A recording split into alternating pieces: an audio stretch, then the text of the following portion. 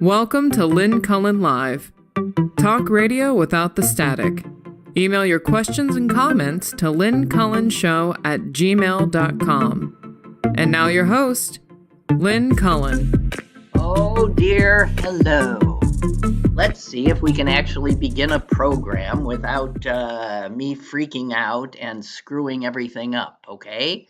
It's just a shot. I have to tell you, I'm already a little discombobulated, but I'm going to soldier on through, and I know Suze is there somewhere. It's just a matter of me finding her to get her. Oh, dang it. Hang on there, Suze. I'm coming, I think. Shit. God.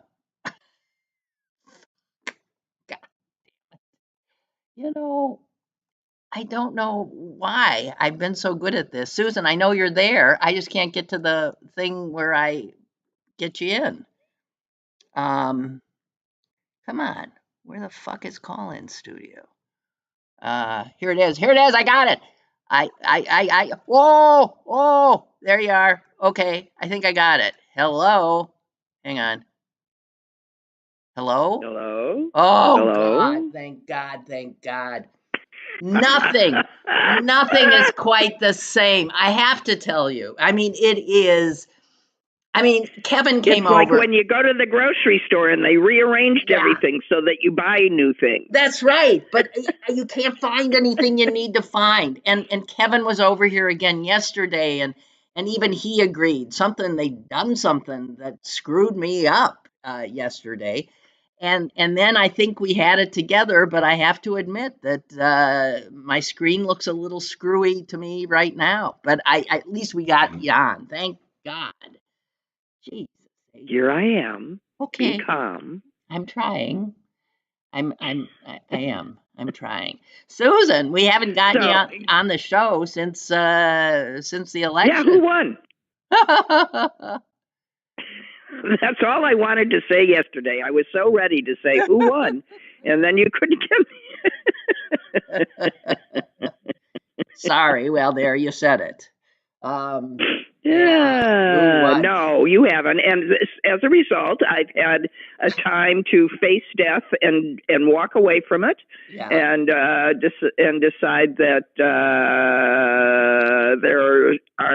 there will continue to be so many people in worse straits than I, that I just have to be calm, keep my headlights on the low beam, and help where I can help, make my corner of the world be better.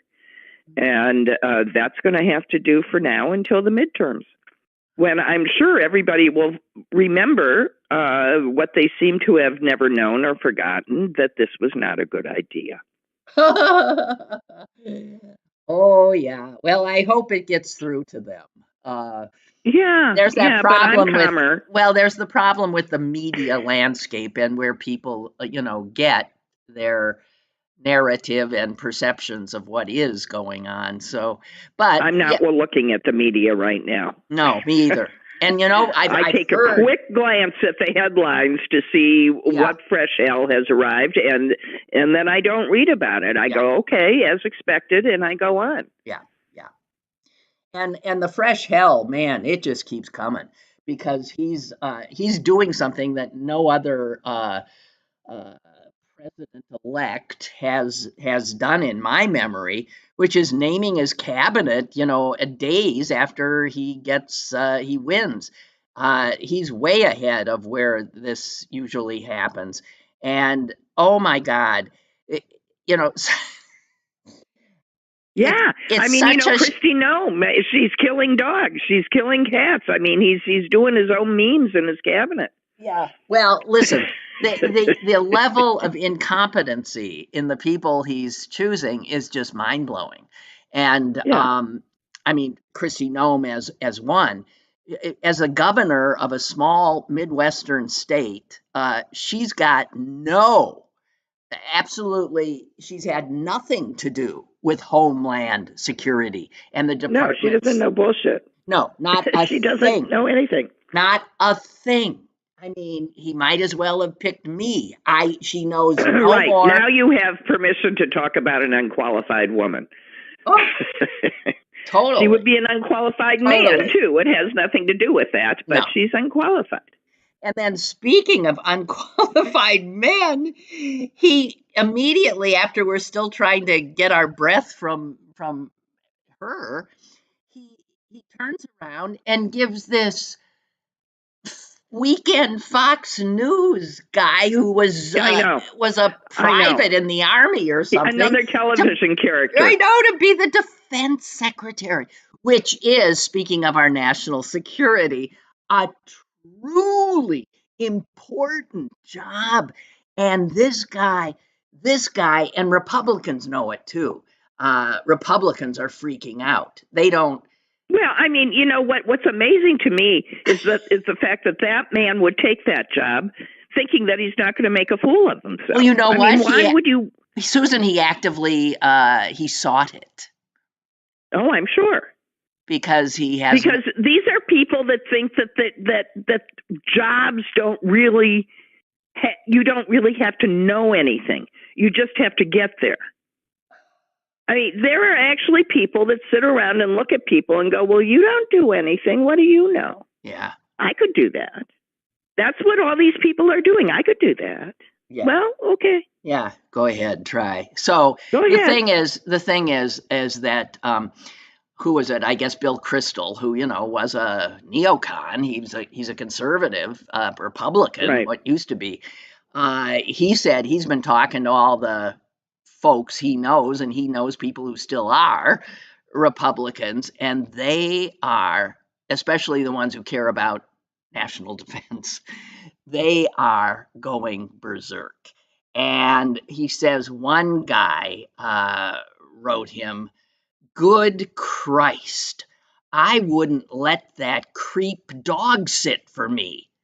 Now he's going to be Secretary of Defense." Yeah. Well, right. Yeah. But that's what people have been saying forever. You just put someone in power that you wouldn't want your child to be alone with in a room. No. Oh my God. So anyway, yeah. The one that I found more chilling of all, and let us remember that this is we're being reminded of what it's like when Trump is in charge. It's the level of it's like nobody would write this in a comedy because it's too stupid to be funny. Right. We just keep and it keeps you unbalanced. So yeah, you're as soon as you're trying to even digest Kristi Noem as Homeland Security Secretary, then you get this I mean, just clearly just unbelievably not ready. Not even in. So, and it'll just keep coming. And here's the other thing. I think during his first term, he went through how many secretaries of defense? I think there were, might have been as many as 5 or 6. Regularity. Well, I know. Yeah. So here's the thing. If you don't like Kristi Noem as in that capacity, and you don't like this wait a minute. Pretty boy, they'll be gone, and Marco Rubio and Secretary of State, they'll all be gone within 6 months. They'll all have somehow gotten the orange one miffed, and he'll put somebody else in who will be even less qualified. That's the thing. As he starts with, believe it or not, the better people, and then gets worse and worse and worse. So the thing that made me go, my blood run cold is there's this. I think this was from, what's her name? Richardson's stuff today. Heather Cox Richardson. She says today the Trump transition team floated the idea that Trump could sign an executive order creating a board of retired senior military personnel that would review high-ranking officers and recommend removing any they deemed unfit for leadership. So that's one of the ways he's thinking of going after Milley and Kelly and all the others. He's just going to, and the thing is, whether or not he can create such, with an executive order, such a group that would then have the ability to do that is, people say, well, I don't even think that's legal. But here again, welcome back to Trump world. Yeah, I mean, I just am wondering when the shooting's going to start. And by shooting, I mean assassinations. I really do. Of what? Oh, you mean of people? I don't know, either side. I'm wondering when the sharpshooters come out. I really am. I don't know. Okay. These are my deep dark thoughts. Okay, well, I mean, listen. Anyway. I mean, to think that way is not. It's perfectly understandable in today's U.S. of A. Yeah. So yeah, but I just don't even want to go there. I don't either. But it's hard for me not to believe that there aren't people on both sides that are just ready and willing to start taking people out. Hey, speaking of the U.S. and guns, I came at this even, pardon the pun, blew me away. There are many states of this country where the death rate from gun violence is higher than in entire nations that are, if not at war, in serious kinds of conflict. For instance, the rate of gun deaths in Mississippi is nearly double that in Haiti, which is racked by, as you know, gang violence. That people are trying to get out of because it's so dangerous to be there. Yeah. What? They're running to the United States? Maybe they should go to Mississippi. Don't go to Mississippi. You'll feel at home.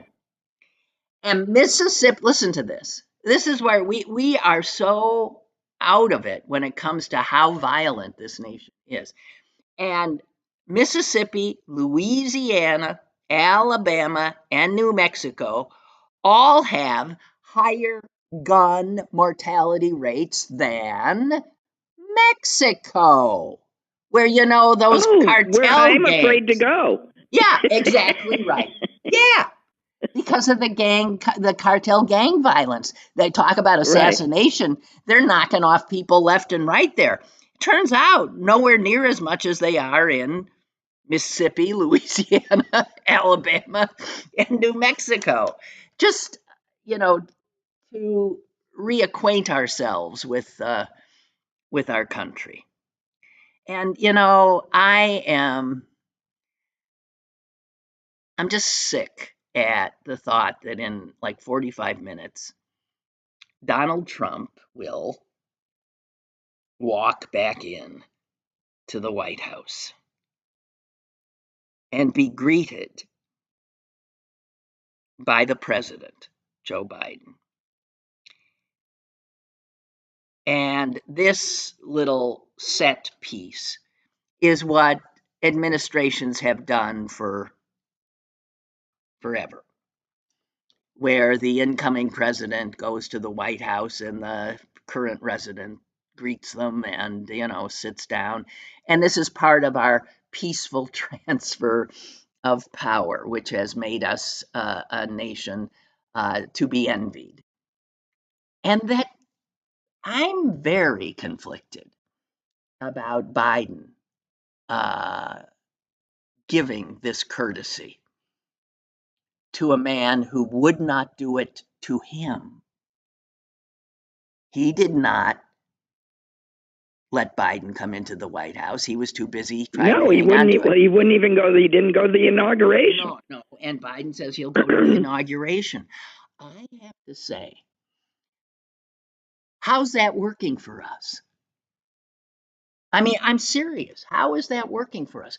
This is where he gets to defy every norm, and we keep holding to them. I understand the reasoning behind it, but on the other hand, I it means that we have to keep, and again, I want to just say, how's that working for us?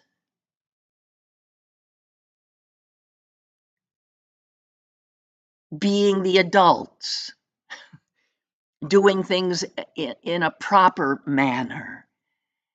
The guy who throws any civility to the wind has been rewarded and is the incoming president. I can't imagine. I will not be able to look at any video of this meeting because, first of all, we all know, looking at it, that they hate each other's guts. And so it's this, again, this performative thing. And I understand the importance of this kind of thing, but Trump's blown up all of that. So why are we for him? I don't get it. I don't know. And I'm sure that if Biden had refused him coming or hadn't invited him, media would have been all over Biden for not doing it.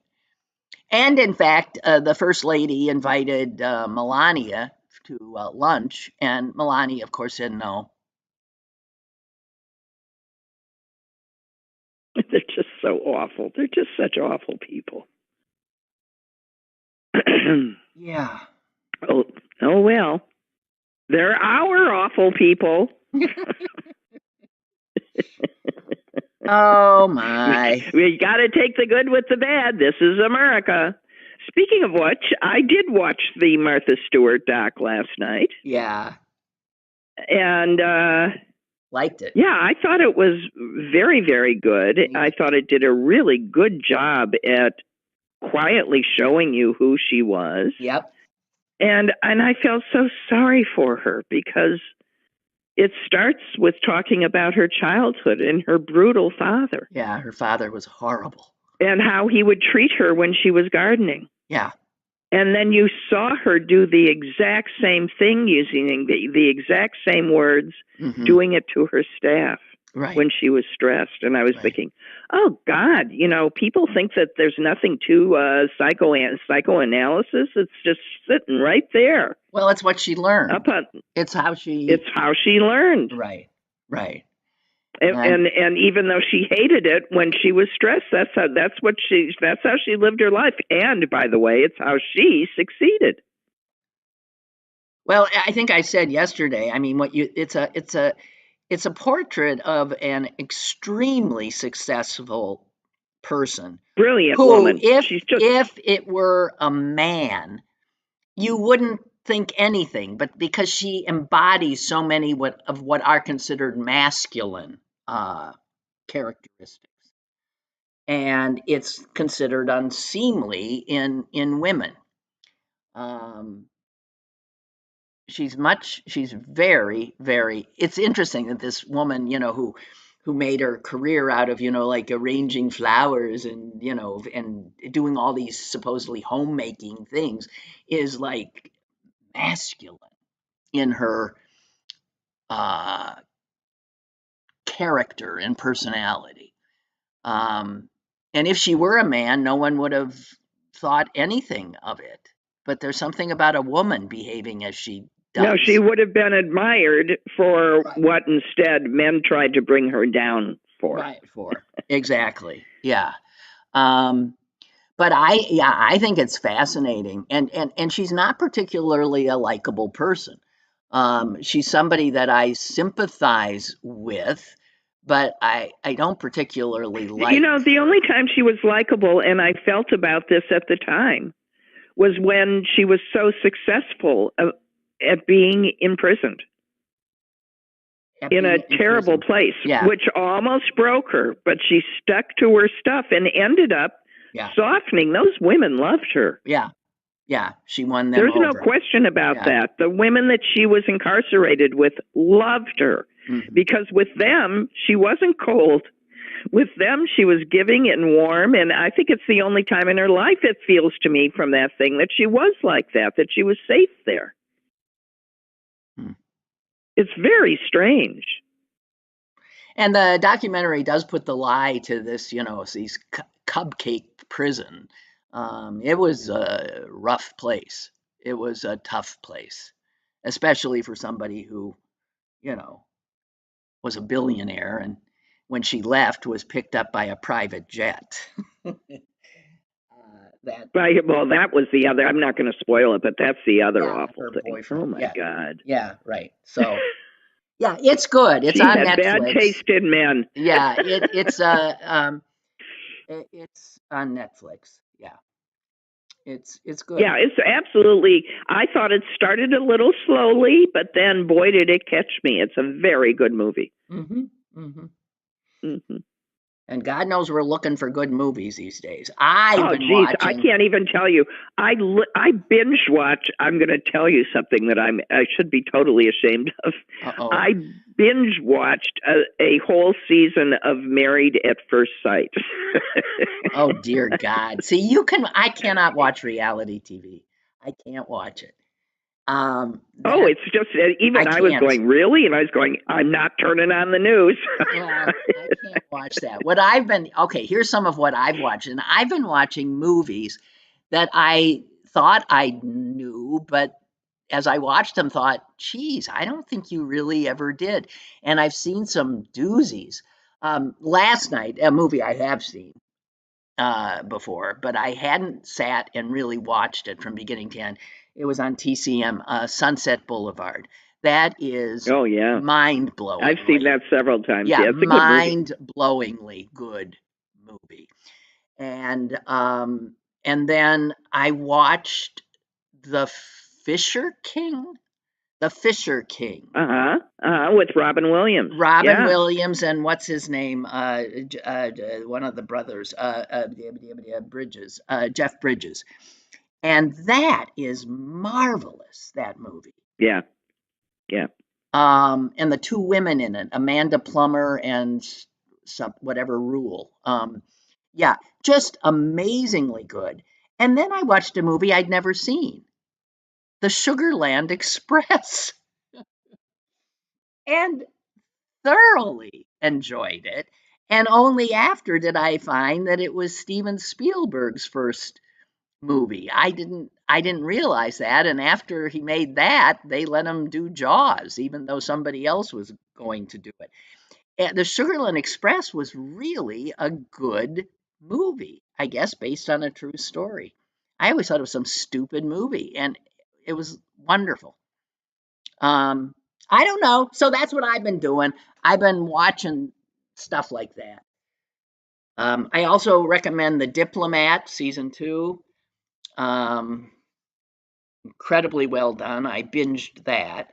And other than that, I can't think.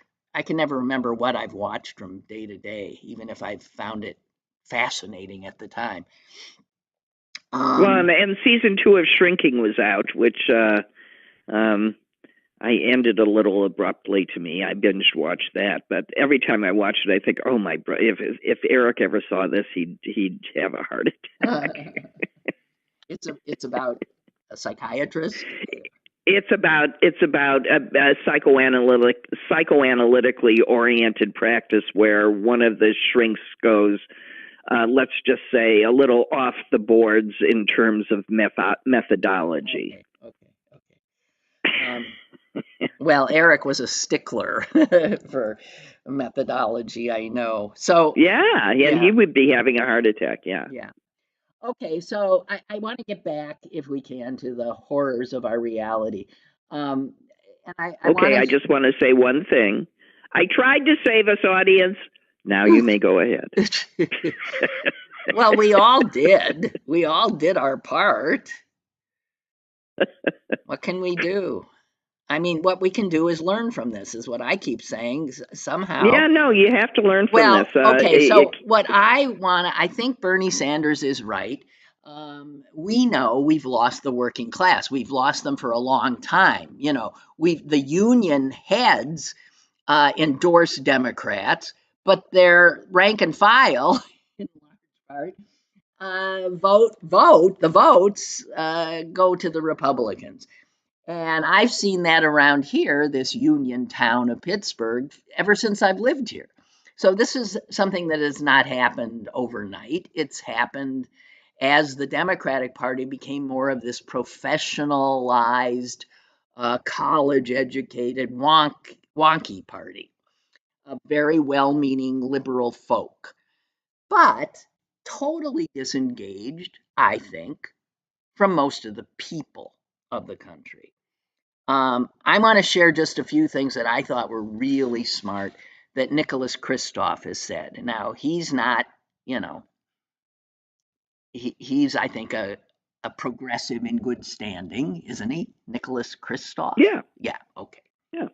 So, because I think some people have been very unhappy with me being critical of the Democrats. But here, anything I'm about to say comes completely from him.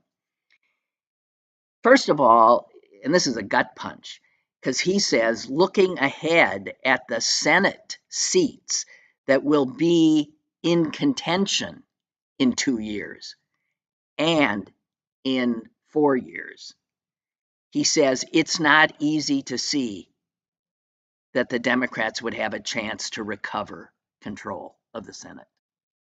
See, he doesn't go into specifics, but that's sobering. Okay, just want to add that. And then he has written often, right, about his growing up in rural Washington state. And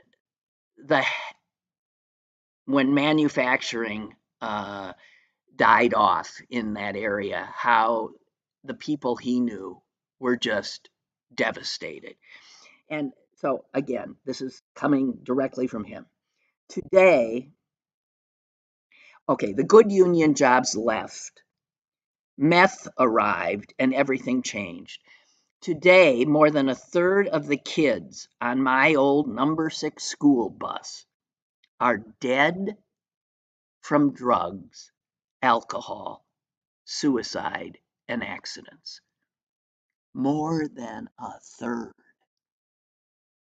And he's younger than us, Susan. Yeah. Okay. So there's a reality that I don't think we take in. He says, and here's an astonishing statistic from the Bureau of Labor Statistics. Blue-collar private sector workers were actually earning more on average in 1972, and this is after adjusting for inflation, all right, than they are now. Yeah, I believe that. Yeah. So today's blue-collar workers are on average earning less in real dollars than their grandparents were 52 years ago. And you wonder... And look what that buys, Lynn. Look what that buys. Yeah, look what that buys or doesn't. So in 1972, that guy with the good factory job earning what he was earning could buy a nice 3-bedroom, 2-bath house on, a third of an acre and have 2 cars. And his wife didn't have to work if she didn't want. And his wife didn't have to work. That's and correct. Now, that same job with the wife working, they can't find a house. That's right. But let's be clear about why they can't find a house. They can't find a house because hedge funds are buying up all the property and turning around, jacking up the things, and then trying to rent them back to the people that used to buy them. Yeah, that's a huge part of it. And again, it's the rich, the oligarchy, just continuing to bleed right. everybody. Right. Okay. I'm just bringing this up to show that it's not so easy to say it's a difference of wages. It's more than a difference of wages. Well, it's also a difference in the way capitalism. We do business. It's runaway capitalism. It's runaway capitalism. Ugly capitalism that we have in this country. Okay, but these are the people he's talking about are the people that don't vote for Democrats anymore, and they're the people that we used to supposedly care about. And then he goes on to say this. This is again Nicholas Kristof. It's not enough for liberals to proclaim that they have better policies, because Democrats, unfortunately, have a knack for coming across as remote and patronizing scolds. This is compounded by the tendency of some of the educated left to scorn religion, which to many voters is a pillar of reassurance in difficult times.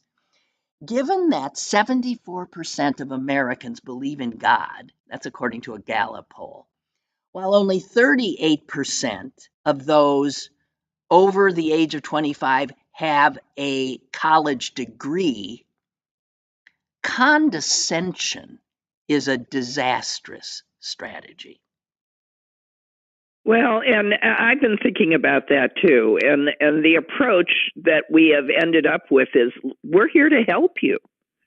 To which the response is, go away with your effing help. I want to live my life. Make it possible for me to live my life. I don't want your help. As he said, because the help is condescending. Well, and as he said, and my friends who have been homeless didn't want to be called unhoused. They just wanted housing. And I think right there is sort of crystallizes where the Democrats have gone wrong with the language and the wokeness crapola. It, as he says, for the working class, constantly getting lectured about identity and their insensitive language, they were offended. We were offending them viscerally.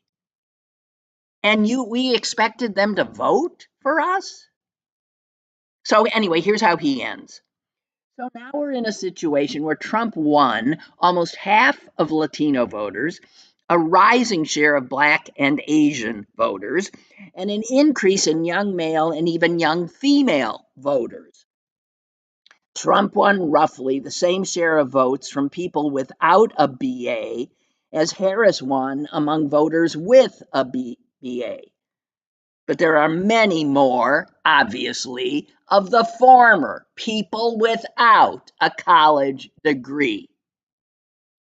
If Democrats can keep the conversation on minimum wage, childcare, unions, jobs, tax increases on the rich, access to health care, they could compete for working class votes. But the first step, he says, may be the most difficult, because Democrats are going to have to swallow their pride and show more respect toward working class voters who just rejected them and elected somebody who doesn't give a shit about them. So our reaction to that can continue to be to call them stupid and continue to lose.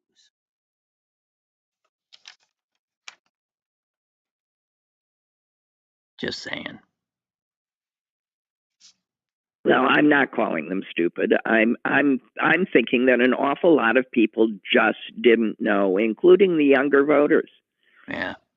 Okay. And they will see. They will learn. Let's go. Well, I'll tell you, more than anyone learning, it's we who have to learn. We have to learn. We do have to learn. We think we know so much. We don't know shit. It's crazy not to learn. Yeah. I really, whatever. Anyway, we got callers here. Let's get people in now that I can. Hello. Hello. Hello. Can you hear me? Yes. Yep. Okay. First of all, I think they're going to flip it back next time, so I'm not real concerned. Is it just going to go back and forth? If you look at the states, the 7 states, and this is not me saying it. Did you see Jeffries? I think his last. I don't know if it's his first name. The 7 states. I think it's It's not that many. It's not that much of a difference in vote, so that could be flipped right back. So, and he didn't lose. He didn't win as much as he did first time. Second, I don't know if they called it yet. She might win the popular vote now. I'm hearing because they have to call it. They got to count more California votes. So, and they might win. I don't know if they call Pennsylvania. I don't know, but I'm not. It's going to flip back, but the thing is, here's the whole thing. I vote Democrat every time. I don't really consider myself a Democrat anymore because the Democrat, like you said, the blue collar, they're not union anymore. Biden was though. He had talked that talk. But if you're expecting Democrats or Republicans to make your life better, you're nuts. They never do. I always vote for the Democrats to do no harm. Do no harm. Don't mess the stuff we have. Maybe we get a little more. But you're looking for them to change your life. You better move out of the country. It never has happened. I've worked in the 70s, 72, 70, up this, and when the steel mill war was going down, it was the same crap every time. Now, I never vote for a Republican, but it's this idea that they're going to change your life that much. I mean, it's just nuts. I don't know, for some reason they get sidetracked or they don't get enough people to vote with them. Can I just say this? Things do happen, though. When Democrats come in, things like the Affordable Care Act happen. And millions which is not so affordable. Well, millions of Americans have health care that never did before. That is life-changing and life-saving. And, other things happen. So there it is. It's clueless there. It's not that they can't have access to health care. It's they can't afford it. You can get health care. It's just, they're just clueless there. And that's just it, because I checked into that. It is not that cheap. No, I know it's not. Medicare's not that great. I know. I'm not even on Medicare. I could be on Medicare. My wife gets it to work. We just use I don't even go sign. I get that basic card for Medicare, but it's not that great either. So, and then they act like they're giving you so much, but I don't know. It's just, I don't know. I'm just over the whole damn thing anymore. Okay. I said, I'll vote Democrat every time because I think they're going to flip it back. Come in the midterms, they're going to flip it. Well, but see, we get nowhere, this pendulum swinging, because you're right, because the voters are always dissatisfied, so then they vote the other way, and then they're dissatisfied, and they vote the other way, because our entire system is corrupted by money and influence of the rich. I can't believe the double standard, too, with her. Yeah. Like, they're talking about that Willie Brown and all that stuff, how she got where she was. But what Trump did doesn't matter. It just, and this comes from my son who voted for Trump. It's just, and I didn't argue with him, and he's bringing all this stuff up, forgetting, and didn't even bring up that he's a felon. And the news media doesn't bring it up. They act like it's a normal election. Once in a while it squeaks out felon. He's a felon. He should have never been running to begin with. And why we don't have laws, why the Democrats didn't change that, I'll never know. I said, stupid people run the country. Stupid people vote. Stupid people run the country. It's just plain and simple. You got to have a law. I wouldn't have a law to say, if you're a felon, you cannot fucking run. Pardon me. But it's just like, and there's all kind of other stuff that's like that, too. I can't remember right now, but it's like, why wouldn't they have a law for that? It's just unbelievable. Yeah. It just, I know. It's just the stupidity. There's never shortage of stupidity. And yes, there's are stupid people out there. I don't care. I won't say it to their face, or I won't call them names. I'll just say, oh, that's good, I hope you're happy, big friggin' deal, Okay. We got one with big Trump sign down here, one over here with a Trump sign. Do you think your son is stupid? Yeah, when it comes to that. Oh, okay. I think he's all right. uneducated. I think he's Fox.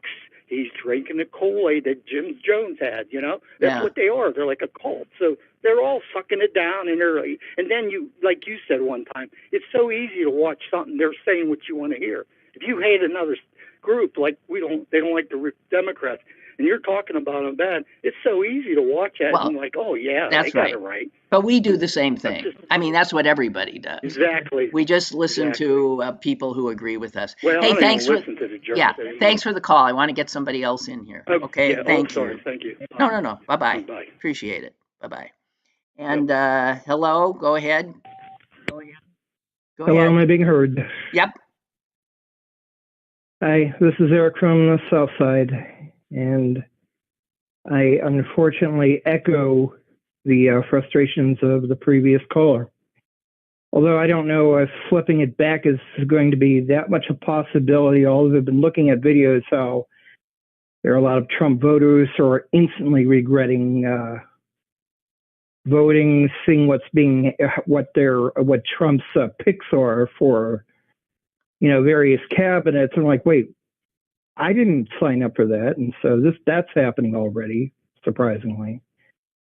But I wonder if this is like too little, too late, and what's ahead of us. And I'll be honest with you, it feels like this whole invasion of the body snatcher sort of thing with people. It's like all of a sudden, it does. People, it's like, geez, I thought you were on my side.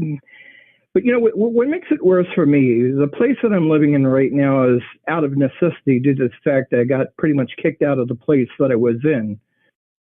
And I'm living with other people. Most I can get along with, but there's a Trump supporter in our household. And I didn't know that at first, but it became very, very clear to engage with him less and less. I don't engage with him for no more than 2 minutes, if that, because eventually he'll either start proselytizing or go into politics and talk about his Trump ways. But I haven't heard him gloat or anything, but what really bothers me is that this guy, who is like 68 years of age, voted for this Trump guy, has a Trump teddy bear. We have a younger guy, he's like in his 20s. And I'm hearing through my bedroom door him interacting with him, telling him about the benefits of that he could probably, it'll help his Lyme disease, because the kid has Lyme disease, with ivermectin. He's talking to him about ivermectin. And I'm like, and I'm hoping, and I'm thinking to myself, oh, I hope he doesn't fall for this. I hope he has this. You're there to counter that kind of, if you want, to counter that kind of bad advice. I would, except that we would go into this whole back and forth that I don't want to get into. Okay. I mean, look, I get what you're saying. And look, I just realized it's like I'm 54 years of age, and how much I've been going through this stuff. I don't have much time left. I don't even know if I'm going to have as time left as I think I'm, considering the circumstances that's been given to me. And I wonder, sometimes I wonder where the my is in the my life. And I think that's what people want more than anything, a life. But no, we're not, we don't live to work. We work to live. And there's more of that than any kind of actual life going on. And I think that's another thing that creates a Trump supporter. They want to live life and not have to do, they thought homework was only just for school, and they want to work in and live their life, but, and want somebody else to take care of it. Not to say that isn't understandable, but then, we're pushed into the situation where, we got to do our duty and educate ourselves. And, quite frankly, I don't think that's going to happen now. Okay. And the education system that we have now is already bad. Yeah.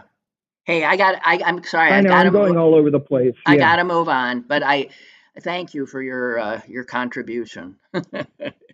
Thank you. You're welcome. Okay. Take it easy. Bye-bye. You too. Bye-bye.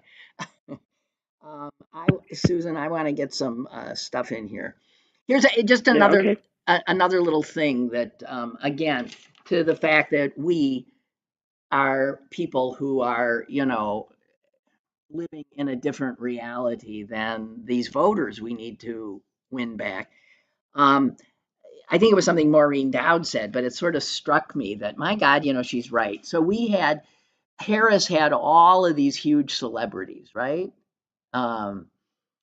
Taylor Swift, Beyonce, Bruce Springsteen. And, those are people that a lot of Trump voters, love, I guess. But what Dowd said is, when you run a campaign with celebrities like that, while many of the working class voters that you're trying to attract can't even afford a ticket to any of these concerts,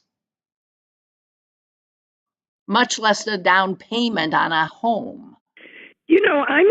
I've been thinking about that a lot. When someone says, "Oh, I took my kids to see Taylor Swift," and I know, their circumstances, and I'm thinking, how did they do that? Yeah. How did they do that? I've heard people go into debt, Susan. People go into debt to take their families to like Disney World, or to go. Well, that I know. I mean, that's just crazy. But yeah, that I know. Well, the same kind. Yeah. Okay. So it's just two little things that I just want to get in here because they made me. I think they made me laugh. We gotta keep laughing. Let's see. Oh, here it is. And I want to thank, I forget who sent me this, but thank you. Okay, this is just some advice that was on social media. Hey guys, I know it's really hard to be conscious of your health right now. So please remember that after every hour you spend in the fetal position, you should stand up and banshee scream for at least 5 minutes to stretch out your lower back.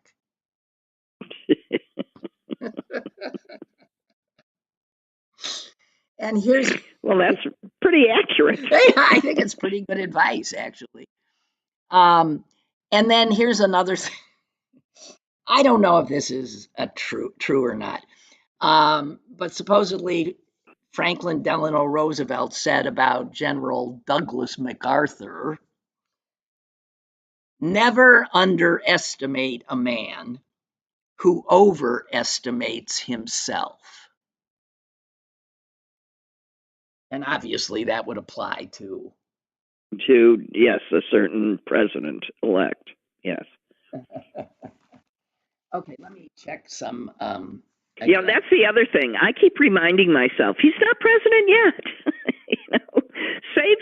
Save your total, horror for when, for when it actually starts. But he's already, he's setting the stage. I know. Don't mess with my comfort. Okay, Norma writes, just trying to get some of you guys in here. 3 phrases the Democrats must ditch forever if they're ever to win national office again. Defund the police, cultural appropriation, and preferred pronoun. Well, you're saying that, the woke stuff just ain't working. It isn't. And I don't disagree.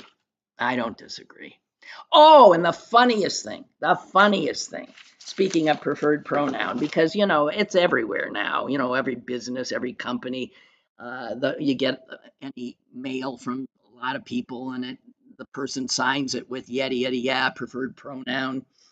And I have to tell you, it annoys me. It annoys me, the liberal, who would not ever think of not voting for the Democrats. But it's always annoyed you. But if it annoys me, can you imagine how it annoys people? And annoyed people are not inclined to want to reward us. We're a bunch of scolds, as Nicholas Kristof said. And here is, I thought, the funniest thing. A guy named Mike Pesca. I know that name from somewhere, but I can't figure out where. But he wrote something in the Atlantic, trying to figure out after the election, what is it about the Democrats that they don't like us, the people. And then he said, it hit me. The Democratic Party resembles the most American of institutions, the HR department, the Human Resources Department.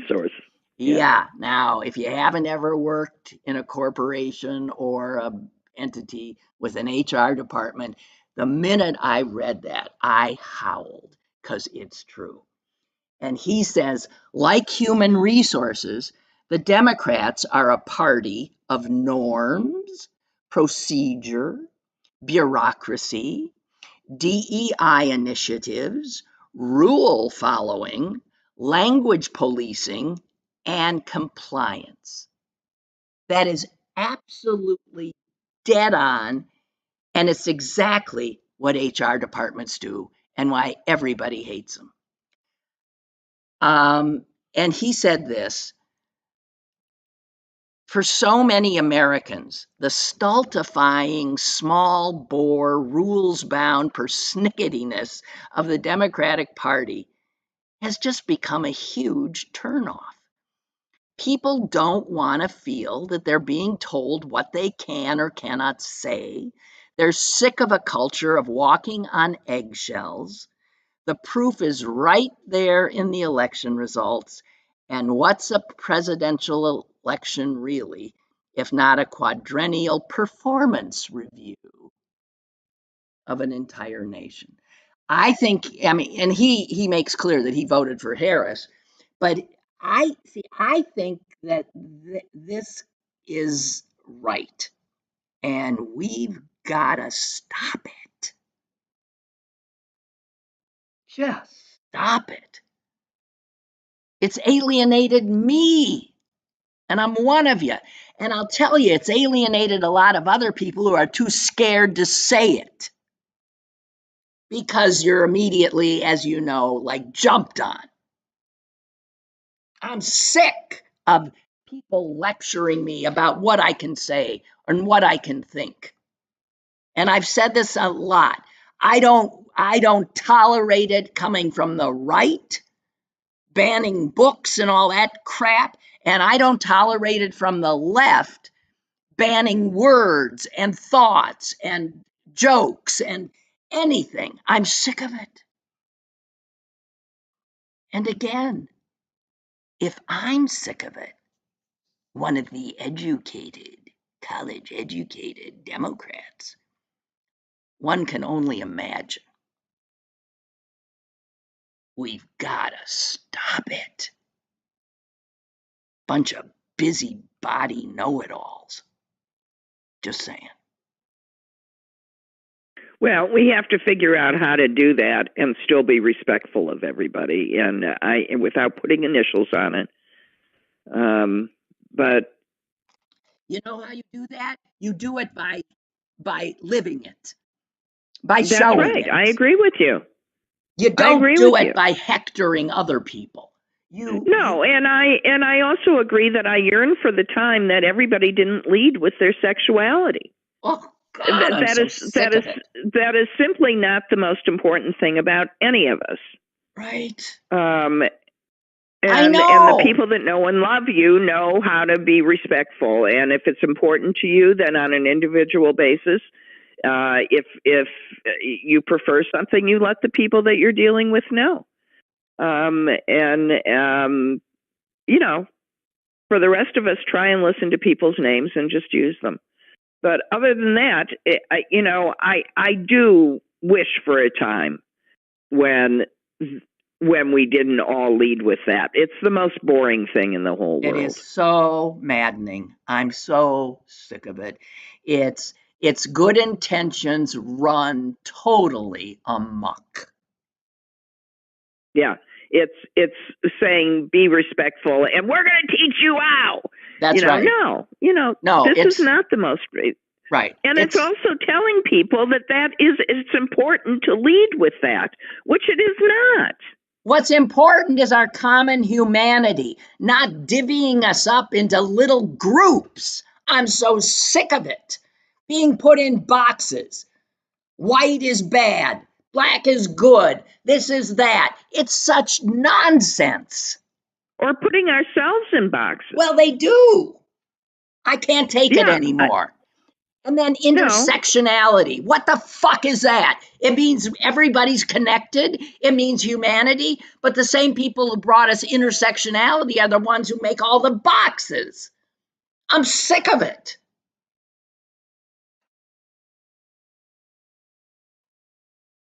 Sick of it. Okay. Do I have a caller here? Hello? Is there a brave caller? Hello, ladies. Hello. Hello. Yes. Hey, Ray from Lawrenceville. How are you two? We're okay. We're fine. I'm getting pissed off. Hey, yeah. I know, and I've been there. I've been there for years, and I'm agreeing with you 100%. But I wanted to let you both know. FaceTimed with the wife yesterday. Lido Key is bouncing back. St. Armand Circle's reopening. Things are getting back to normal down there. Oh, Susan Ray's the one in Sarasota. Yeah. Yeah, my daughter is rented a place on Longboat, so for to go for a short vacation in the spring. So she's been sending me pictures. It's beautiful right now. So good. Well, that's good. That's good. Yeah, that's good. Meanwhile, it's a beautiful place, and I miss St. Armand Circle. I'm glad to hear that it's coming back. Meanwhile, another hurricane is forming in the Gulf, I hear. That's way down south, and I think if it does anything, it might cause a little trouble in the Keys, but I don't think it's going to reach up. But they're so gun shy. That's all they're talking about. They're waiting for the third shoe to drop. It's madness down there. Well, hey, you know what I was thinking? Yeah, go ahead. Go ahead, please. No. Go ahead. No. Ah! Okay.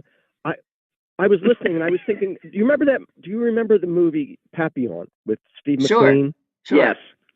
Okay. Well, one of the scenes that struck me, and it always has, is when he was put in solitary, and finally, when they stick their heads out of the doors, they ask each other how they look because they had no mirror. They didn't know how they looked, and they would lie to each other saying, "You look fine, when they didn't. That's us. That's our side. We don't have a mirror. We're asking each other how we look, and we're lying to each other. Oh, we're fine. We're not. Mm-hmm. Imagine what we look like to the other side. That's what we have to think about. We have to hold a really stark, honest mirror up and say, what do we look like? That these people reject us so instantly. Well, you know what? It's not only ask each other.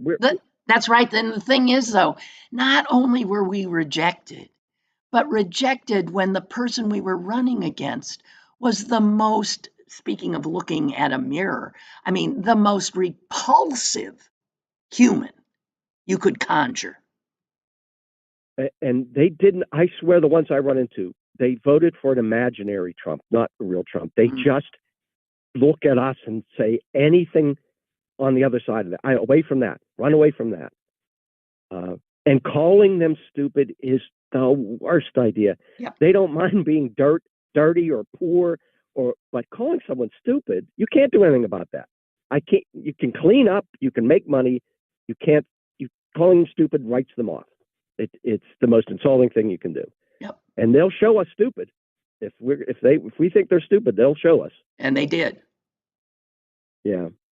But listen, I'm hoping that we take a hard, long look at ourselves and see where we went wrong, rather than calling them stupid. And if they just were more educated, they'd see the light, because we must look like the worst Papillon to them. Okay. But all right, I'll let you go. Thank you, Ray. All right. All right. Bye. Goodbye. Okay. Yeah, I think we're done. And Susan, we didn't even get to, how did we miss getting to The Department of Government Efficiency. For people who hate the government. Wait, I'm glad I was spared. My stomach immediately knotted up and I got nauseous when you said that. But for people who hate government, what are they doing? He's creating all these new positions. That's doesn't even exist. The Department of Government Efficiency. No, it's a position designed to fire people. Yes, to absolutely destroy the government. And headed by, oh dear God, Elon Musk and Vivek Ramaswamy. I'm sure those two egos. Maybe they'll kill each other. Yeah, right. I'm sure those two egos will get together real They'll get along real nice. Right. Those two. Can you imagine those two in the same room? I think this is very funny. No. It's funny until it isn't, and then... No, it's not funny, but I'm just imagining those two egos in the same room. I know. All right, Suze, thank you. You're welcome. Good job, Lynn. You didn't swear at the machinery, not even once. I'm very proud of you. I know, but something's still not right. Anyway, thank you. Well, okay, bye. Bye. I gotta tell you that Suze is waiting for her fourth grandchild very patiently, because I'm becoming impatient. Due any second, and it's just wonderful and this child we know will be is a boy and will be named after Susan's late husband, Eric, and we're just as a family thrilled, but don't want to get ahead of things. Okay, I'm going to try to get out of this thing now, and I think I can. What the hell? Anyway, thank you, and I'll be back tomorrow because, I don't know, everybody's got to be somewhere, and I hope you'll join me. It'd be much appreciated. Thanks. Bye-bye.